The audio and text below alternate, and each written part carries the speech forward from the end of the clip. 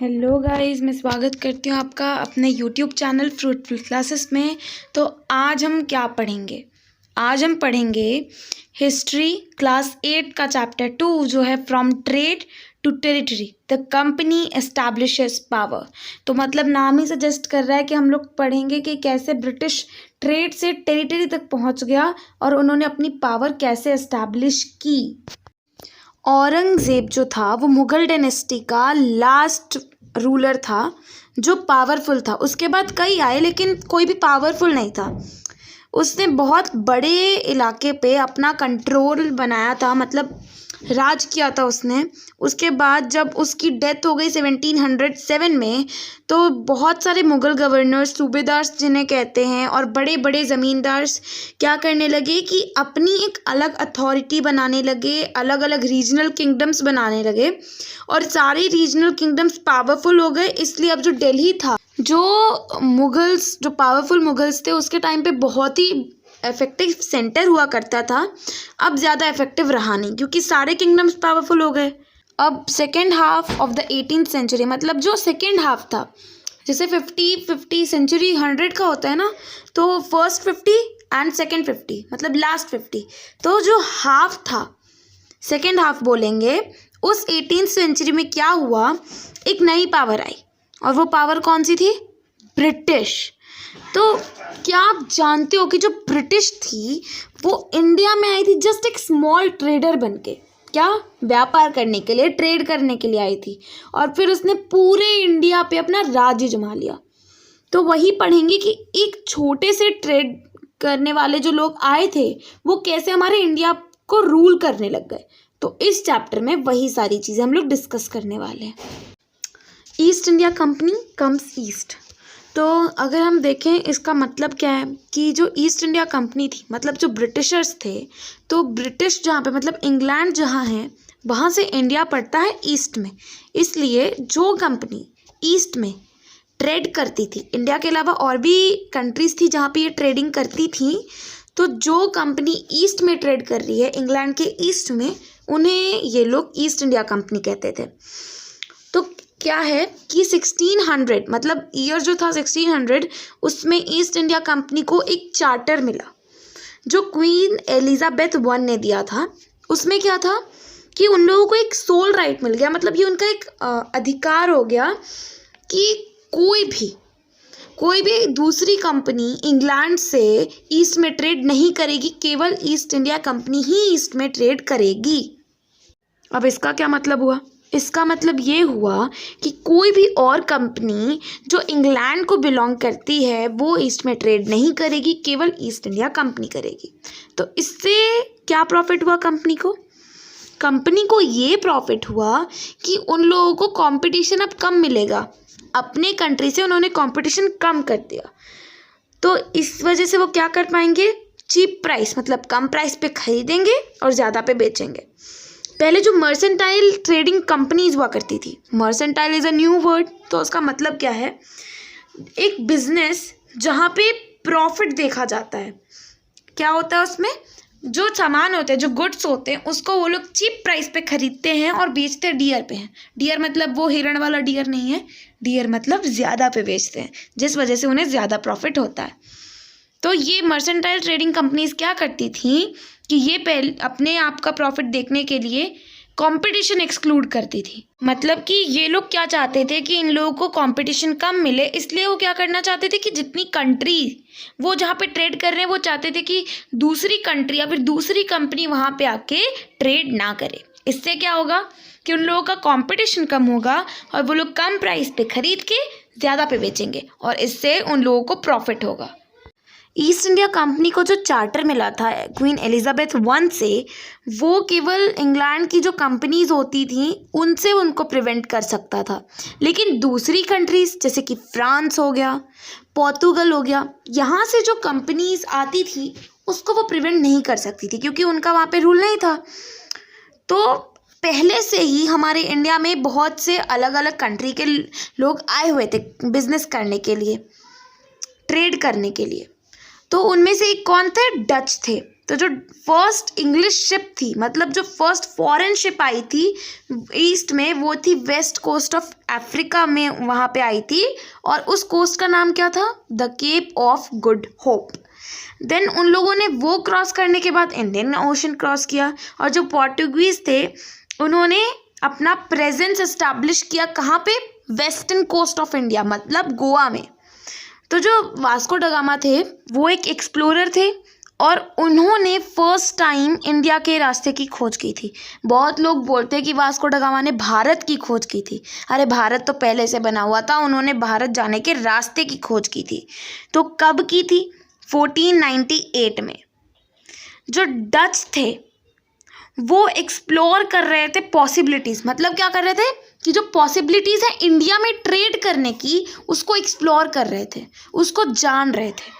अब इस समय जब सब लोग आए ट्रेड करने के लिए, तो प्रॉब्लम क्या हुई कि जितनी भी कंपनीज थी वो एक ही चीज़ को खरीदने में इंटरेस्टेड थी। कहते हैं ना, एक अनार 100 बीमार, वैसा ही यहाँ पे हाल हुआ पड़ा था। तो सबको क्या खरीदना था? सिल्क जो इंडिया में प्रोड्यूस होता है, पेपर, क्लोव्स, कार्डमम, लौंग इलायची, ये सारी चीज़ें। और ये सारी चीज़ें बहुत ग्रेट डिमांड में थी और इस वजह से इनका प्राइस बढ़ गया और कंपनीज जो थी उनको ज़्यादा प्रॉफिट नहीं हो पा रहा था। तो वो क्या सोच रही थी, कैसे करके कंपटीशन कम करें, कैसे करके दूसरे कंट्रीज़ की कंपनी को यहाँ से वापस भेज दें। तो ये था जो उनके दिमाग में चल रहा था। और इनका जो ये एफर्ट था सेटलमेंट करने का कि जो सबको हटा दो, कैसे भी करके फोर्टिफाई करो, मतलब फोर्ट्स बनाओ। तो इसमें क्या था कि उन लोग का कॉन्फ्लिक्ट किसके साथ होने लगा? उन लोगों का झगड़ा होने लगा लोकल रूलर्स के साथ में। तो इसीलिए जो कंपनी थी ये बहुत ज़्यादा डिफ़िकल्ट हो रहा था उनके लिए ट्रेड और पॉलिटिक्स को सेपरेट करना। East India Company begins trade in Bengal. जो फर्स्ट इंग्लिश फैक्ट्री थी वो सेटअप कहाँ पे हुई थी? रिवर हुगली जो है कोलकाता में, उसके बैंक पर हुई थी। कब हुई थी? 1651 में। ये बेस था जहाँ से कंपनी ट्रेड करना चालू कर रही थी। इसलिए उस टाइम पे इसे फैक्टर्स कहा जाता था। उसके बाद जो फैक्ट्री थी उसके पास एक वेयर हाउस था जहाँ पर गुड्स जो होते थे वो एक्सपोर्ट के लिए स्टोर किए जाते थे। उनके पास ऑफिसेज होते थे जहाँ पे कंपनी के ऑफिशियल्स बैठते थे, मतलब जो काम करने वाले लोग होते थे वो बैठते थे। और जैसे जैसे ट्रेड बढ़ता गया, जो कंपनी और कंपनी के मर्चेंट्स और ट्रेडर्स थे वो फैक्ट्री के नियर में ही सेटल होना शुरू कर दिया उन्होंने। मतलब अपने परिवार को जहाँ पे वो लोग रहते थे इंग्लैंड में, वहाँ से बुला के उन लोगों ने कंपनी के पास ही, जहाँ पे फैक्ट्री थी वहाँ के पास ही सेटल होना स्टार्ट कर दिया। जब 1696 में क्या हुआ, उन लोगों ने एक फोर्ट बनाना चालू किया। मतलब उनको सेटलमेंट का फोर्ट बनाना था, क्या करना था? सेटल होना था वहाँ पे अच्छे से एकदम, मतलब जो था रूट्स, उनको अपनी रूट्स वहाँ पे गाड़नी थी। 2 साल बाद क्या हुआ, उन्होंने क्या किया, मुग़ल ऑफिशियल्स, मुग़ल के जो सूबेदार से ज़मींदार, इन लोगों को क्या कहा कि हमें ज़मींदारी राइट्स दे दो 3 विलेजेस पे। और उनमें से एक कौन सा था? कलिकता, जिसे आज के ज़माने में कैलकाटा और कोलकाता नॉर्मली कहा जाता है। और उसने औरंगज़ेब से भी रिक्वेस्ट की कि एक फरमान, मतलब एक रॉयल ऑर्डर दीजिए कि हम जो हमारी कंपनी है उसे ड्यूटी फ्री, मतलब जो टैक्स या फिर जो चीज़ें लगती थी, इंटरेस्ट लगता था, उसको फ्री कर दीजिए। अब जो कंपनी थी वो थोड़ी और लालच बढ़ा रही थी। कंटिन्यूसली उन्होंने प्रेस करना शुरू कर दिया, फोर्स करना शुरू कर दिया ताकि उन्हें मोर कंसेशंस, ज़्यादा छूट मिल सके। और फिर औरंगज़ेब का जो फरमान था उसने क्या ग्रांट किया था कि जो कंपनी थी वो ड्यूटी फ्री ट्रेड कर सकती थी, लेकिन जो कंपनी के बिहाफ पर जो प्राइवेट ट्रेडर्स थे उनको टैक्स जो था, जो ड्यूटी थी, वो देनी ही पड़ती। पर अब उन लोगों ने क्या किया, वो देने से रिफ्यूज़ कर दिया, मना कर दिया। तो इस वजह से जो बंगाल था उसको बहुत ज़्यादा, बंगाल रेवेन्यू को बहुत ही ज़्यादा वाला लॉस हो रहा था। तो अब ये जो यहाँ का जो नवाब था बंगाल का, मुर्शिद कुली खान, उसने कैसे प्रोटेस्ट नहीं किया? How trade led to battles, मतलब जो व्यापार था वो बैटल्स यानी युद्ध तक कैसे पहुंच गया।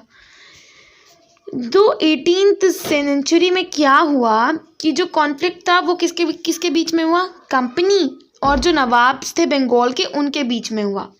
औरंगज़ेब की डेथ के बाद जब बंगाल के पास पूरी पूरी पावर आ गई, ऑटोनॉमी आ गई, तो उन लोगों ने उस टाइम पे क्या किया, प्रोटेस्ट करना शुरू कर दिया। नहीं भाई, हम नहीं देंगे। जैसे मुर्शिद कुली खान हो गया, उसके बाद अलीवर्दी खान और सिराजुद्दौला, सभी बहुत पावरफुल नवाब्स थे और वो कंपनी को कंसेशंस नहीं देना चाहते थे, छूट नहीं देना चाहते थे। क्यों? क्योंकि इसकी वजह से उनकी जगह को यानी बंगाल को बहुत नुकसान हो रहा था। अब ये कंपनी भी तो मानने वाली नहीं थी, बहुत ज़िद्दी थी। इनको तो अब वो कंसेशन चाहिए ही चाहिए किसी भी हाल पे। तो इस वजह से बहुत ज़्यादा दिक्कत हो गई, कॉन्फ्लिक्ट हो गया। तो जो कंपनी थी वो डिक्लेयर्ड कर दिया उसने, जो अनजस्ट था, अनजस्ट डिमांड्स थे उसके। तो इसलिए जो रूलर्स थे, लोकल रूलर्स और जो नवाब थे बंगाल के, उन्होंने तो साफ साफ कह दिया भाई हम इनके अनजस्ट डिमांड्स को पूरी नहीं करने वाले हैं। इस वजह से ये जो कॉन्फ्लिक्ट्स थी ये फाइनली एक बैटल में कन्वर्ट हो गई और उस बैटल का नाम था बैटल ऑफ प्लासी। और ये हमने बहुतों ने सुना होगा, battle of Plassey, battle of Plassey. अभी तक बस सुना है और अभी पढ़ेंगे भी डिटेल में। Battle of Plassey. अब हम लोग बैटल ऑफ प्लासी के बारे में पढ़ेंगे। अलीवर्दी खान की जब डेथ हुई 1756 में, फिर सिराजुद्दौला जो थे वो बने बंगाल के नवाब। अब कंपनी को बहुत दिक्कत हो रही है उनसे, क्योंकि वो क्या थे, अनजस्ट डिमांड पूरी नहीं कर रहे थे और बहुत अच्छा कर रहे थे। फिर उन लोगों को लगा कि हमें एक पपेट रूलर बनाना पड़ेगा जो हमारे लिए काम करे। तो इसलिए हम सिराजुद्दौला के किसी जो उसके साथ काम करते हैं, जो उसके साथ रहते हैं, उनमें से किसी आदमी को अपना टारगेट बनाते हैं और उसको कुछ घूस वूस दे के अपनी तरफ कर लेंगे। और उनको क्या लालच देंगे कि इसके बाद सिराजुद्दौला के बाद तुम्हें ही रूलर बनाया जाएगा। अब सिराजुद्दौला को बहुत अजीब लग रहा है, वो इरिटेट हो गए और वो बस बोलते हैं, बस अब तुम हमारे अफेयर्स, मतलब कौन से अफेयर्स, पॉलिटिकल अफेयर्स में घुसना बंद करो, क्योंकि हमारी जो पॉलिटिकल अफेयर्स हैं उसमें तुम्हारे घुसने का कोई चांस नहीं है, तुम्हें घुसना भी नहीं चाहिए। तो तुमसे जो रेवेन्यू मांग रहे हैं हम लोग, तुमसे जो ड्यूटी मांग रहे हैं वो तुम्हें देनी पड़ेगी। तो अब इन्होंने क्या किया, अपने जो उनके जो आदमी थे नवाब, उनके साथ इंग्लिश कंपनी जहाँ पे थी, कसीम बाज़ार तक वॉक करके गए, मार्च करके गए, लेफ़्ट राइट लेफ़्ट। उसके बाद वहाँ पे कंपनी के ऑफिशियल्स को कैप्चर कर लिया। वेयर हाउसेस जो थे जहाँ पे उनका एक्सपोर्ट करने का सामान रखा रहता था उसको लॉक कर दिया। सारे इंग्लिश मैन के गन्स, पिस्टल, जो भी उनके पास थी, सारी चीज़ें ले ली गई और इंग्लिश शिप्स को ब्लॉक कर दिया गया। देन वो लोग कलकत्ता में मार्च करने लगे, कंपनी की जो फोर्ट थी उसको कंट्रोल करने के लिए। अब यहाँ पे एक डिड यू नो दिया हुआ है, एक पहले उसे पढ़ लेते हैं फिर आगे का पार्ट देखेंगे। क्या आप लोग जानते हो कि प्लासी नाम क्यों पड़ा?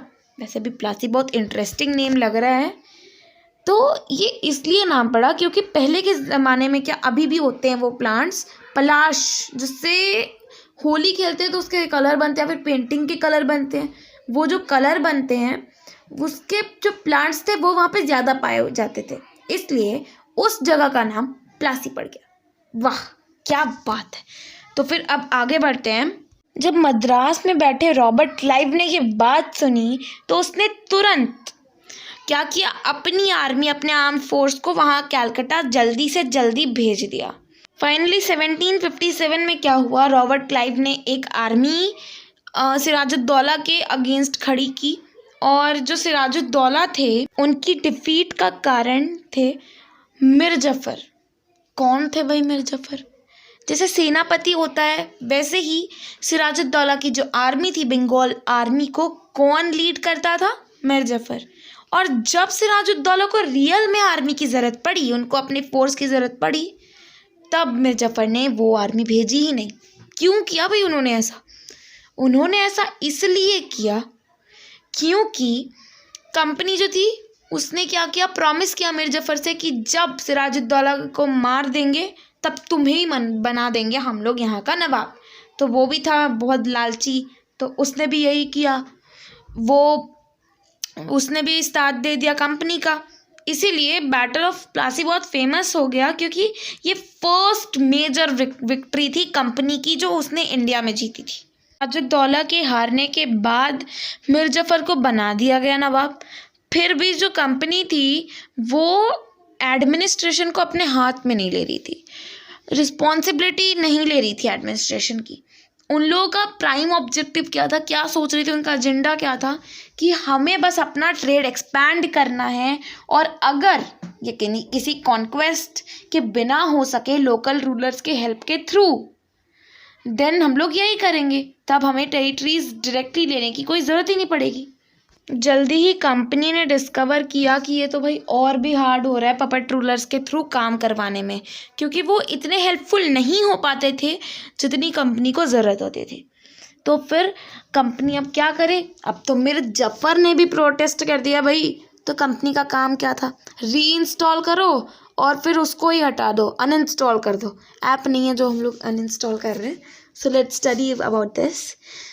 जब उसने प्रोटेस्ट किया तो इन लोगों ने मीर कासिम को उसकी जगह पे ले आए। पर जब मीर कासिम ने कंप्लेन किया तो उस जो कंपनी थी उसने उन्हें भी हरा दिया, मीर कासिम को भी हरा दिया। किसमें, battle eight Buxar. Battle of Buxar भी बहुत फेमस है। वो कब हुआ था, 1764 में। और इसकी वजह से मीर कासिम तो नहीं रहे, और उसके बाद मीर जफ़र को फिर से री-इंस्टॉल कर दिया गया। जो नवाब थे उनको 500,000 रुपीज़ हर महीने देना पड़ता था। बट जो कंपनी थी अब उसको और पैसे चाहिए, अपनी कंपनी को, अपनी वॉर्स को, इन सारी चीज़ों को अच्छे से टेक ओवर करना था, उन्हें उसकी डिमांड्स पूरी करनी थी, इसलिए उनको और पैसे चाहिए होते थे, और भी ज़्यादा टेरिटरीज चाहिए होती थी इन्हें, रेवेन्यू ज़्यादा मिले इस वजह से। अब टाइम आता है तो सबकी डेथ हो जाती है, तो मीर जफ़र भी डेथ कर गए। तो 1765 में उनकी डेथ हुई, और अब कंपनी का मूड जो था स्विंग हो गया। क्या डिक्लेयर किया उन्होंने, अब हम खुद नवाब बनेंगे। फाइनली 1765 में क्या हुआ, जो मुग़ल एम्परर थे उन्होंने क्या किया, कंपनी को दीवान घोषित कर दिया। कहाँ का, बंगाल का। तो अब इस वजह से दीवानी जब उनको अलाउड हुई तो उनको वास्ट रेवेन्यू, मतलब बहुत रेवेन्यू मिलता था, जिस वजह से उनको थोड़ा प्रॉफिट होने लगा। और जो ब्रिटेन से सामान आता था यहाँ पे इंडिया में, वो अब उनके पास था नहीं सामान कि वो इंडिया में आउटफ्लो कर सके, क्योंकि उनको बाहर भी कहीं बेचना होता था। तो जो गोल्ड और सिल्वर आते थे पहले, वो द बैटल ऑफ प्लासी के टाइम पे क्या हुआ है, स्लो डाउन हो गया आना, कम हो गया आना। और जब उन लोगों को रेवेन्यू, मतलब रेवेन्यू संभालने के लिए मिल गया, उन लोगों को ये दीवानी मिल गई, देन उन लोगों ने क्या किया, बंद ही कर दिया यहाँ लाना। Company officials become nabobs. Nabobs क्या है, ये नवाब को नबोब्स बोल रहे हैं लोग। तो अब एक नवाब होने का मतलब क्या है, इसका मतलब यही है कि जो कंपनी थी उसको ज़्यादा पावर मिल गई और अथॉरिटी भी मिल गई। बट इसका मतलब ये भी है कि जो कंपनी का एक एक सर्वेंट होगा वो एक विज़न रखेगा, एकदम नवाब की तरह रहने का, एकदम पावर में रहने का। बैटल ऑफ प्लासी के बाद क्या हुआ कि जो एक्चुअल नवाब्स थे बंगाल के, उनको फोर्स किया गया कि वो अपनी ज़मीन और जितने भी पैसे उनके पास, वो कंपनी और कंपनी के ऑफिशियल्स को दे दें। रॉबर्ट क्लाइव जो थे उसने खुद ही बहुत सारा फॉर्च्यून, मतलब पैसे इकट्ठा किए थे इंडिया से। तो वो मद्रास आया था, मतलब जो आज चेन्नई कहते हैं हम लोग, इंग्लैंड से 1743 में। और जब वो था 18 साल का, और जब वो 1767 में इंडिया छोड़ रहा था तो उसके पास बहुत सारे पैसे थे, मतलब करोड़ों में पैसे थे उसके पास। और इंटरेस्टिंगली क्या हुआ कि उसको गवर्नर ऑफ बंगाल अपॉइंट किया गया 1764 में, और उसको क्या बोला गया कि कंपनी के एडमिनिस्ट्रेशन में से करप्शन हटा दो। और उसको खुद ही क्रॉस एग्जामिन किया गया 1772 में, ब्रिटिश पार्लियामेंट ने किया था, क्योंकि वो लोग बहुत ज़्यादा सस्पिशियस हो गए थे कि इसके पास बहुत ज़्यादा वेल्थ है, बहुत ज़्यादा पैसे हैं, तो इस वजह से वो पकड़ा ना जाए, इसलिए उसने सुसाइड कमिट कर लिया था 1774 में। हाउएवर जितने भी ऑफिशियल्स थे कंपनी के, सारे सक्सीड नहीं हुए इतने सारे पैसे बनाने में क्लाइव की तरह। बट हाउएवर सारे लोग जो थे, सारे ऑफिशियल्स थे कंपनी के, सारे सक्सीड नहीं हुए उतने पैसे बनाने में जितना क्लाइव हुआ था। बहुत सारे लोग जो थे वो अर्ली डेथ हो गई उनकी, किसी की डिजीज़ की वजह से, किसी की वॉर की वजह से। बट सबको एक करप्ट बैकग्राउंड से आए हैं सब, उसको ऐसे चेक करना गलत है, क्योंकि बहुत से लोग ऑनेस्ट भी थे, हमारे लिए नहीं बट अपनी कंपनी के लिए बहुत ज़्यादा ऑनेस्ट थे। तो वो क्या करते थे, यहाँ से प्रॉफिट कमाते थे और ब्रिटेन में जाके ब्रिटेन को प्रॉफिट देने के बाद वहाँ पे एक कंफर्टेबल लाइफ जीते थे। और ये जो नबूब्स है, ये क्या है, एक एंग्लिसाइज्ड वर्जन है कौन से इंडियन वर्ड का, नवाब का। यहीं पे हमारा पार्ट 1 कंप्लीट हो जाता है एंड आई होप आपको सारे पॉइंट्स अच्छे से क्लियर होंगे। अगर कोई डाउट है तो आप कमेंट सेक्शन में पूछ सकते हैं and please like share and subscribe the channel.